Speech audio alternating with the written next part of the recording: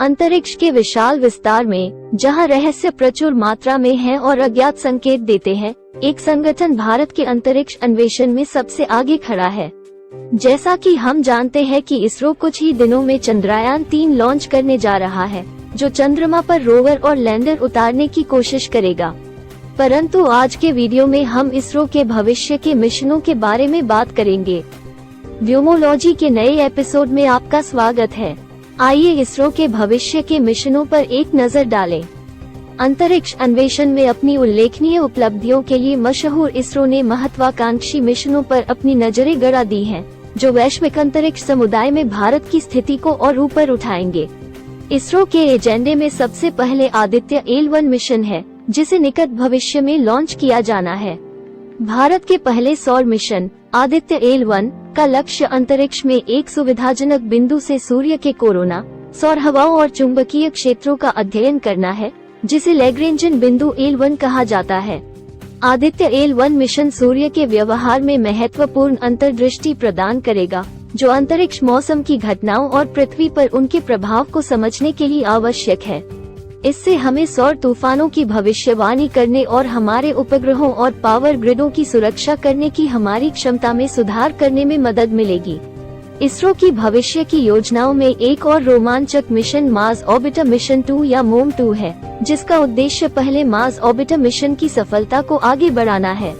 मोम-2 मंगल ग्रह के वातावरण, जलवायु और मीथेन की उपस्थिति का अध्ययन करने पर ध्यान केंद्रित करेगा, जो सूक्ष्म जीव जीवन का संभावित संकेत है।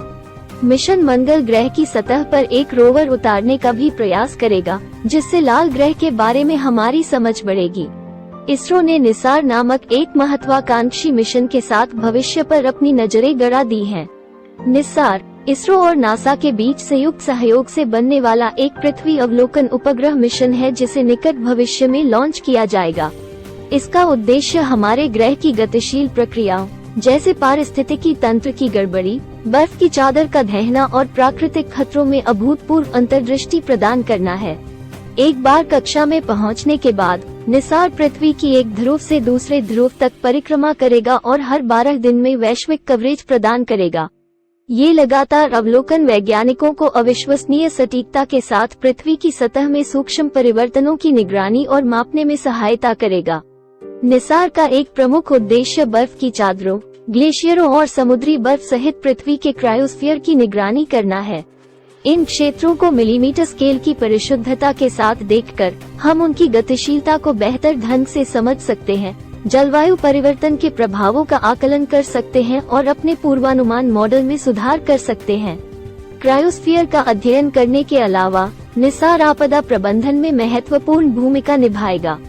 जमीनी विकृति का पता लगाकर, बाढ़ संभावित क्षेत्रों का मानचित्रण करके और भूकंप क्षेत्रों की निगरानी करके यह निर्णय लेने वालों को समय पर और सटीक जानकारी के साथ सशक्त बनाएगा, जिससे प्राकृतिक आपदाओं पर प्रतिक्रिया करने की हमारी क्षमता बढ़ेगी। इसी श्रृंखला में अगला मिशन स्पेडेक्स है।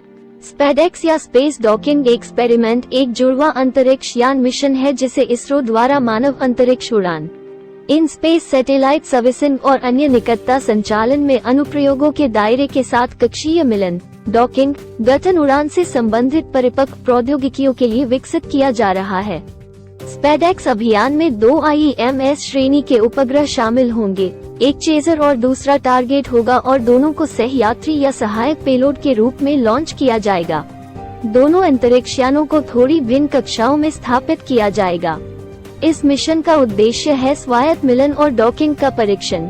डॉक किए गए कॉन्फ़िगरेशन में एक अंतरिक्ष यान को अन्य अंतरिक्ष यान के एटीट्यूड कंट्रोल सिस्टम के साथ नियंत्रित करना, गठन या फॉर्मेशन उड़ान और रिमोट रोबोटिक आर्म का परीक्षण।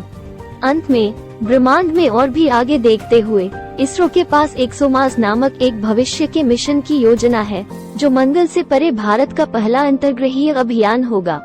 एक्सोमार्स दूर के ग्रहों के रहस्यों की खोज, जीवन के संकेतों की खोज और उनके वायुमंडल का अध्ययन करने पर ध्यान केंद्रित करेगा। यह मिशन इसरो के लिए एक महत्वपूर्ण मील का पत्थर साबित होगा, जो गहरे अंतरिक्ष में जाने की भारत की क्षमता को प्रदर्शित करेगा। जैसे जैसे इसरो अंतरिक्ष अन्वेषण की सीमाओं को आगे बढ़ा रहा है, यह न केवल हमारे वैज्ञानिक ज्ञान को आगे बढ़ाता है बल्कि भावी पीढ़ियों को बड़े सपने देखने और सितारों तक पहुंचने के लिए भी प्रेरित करता है। तब तक उत्सुक रहें। अपने विचार हमें टिप्पणियों में बताएं और देखते रहें व्योमोलॉजी। धन्यवाद।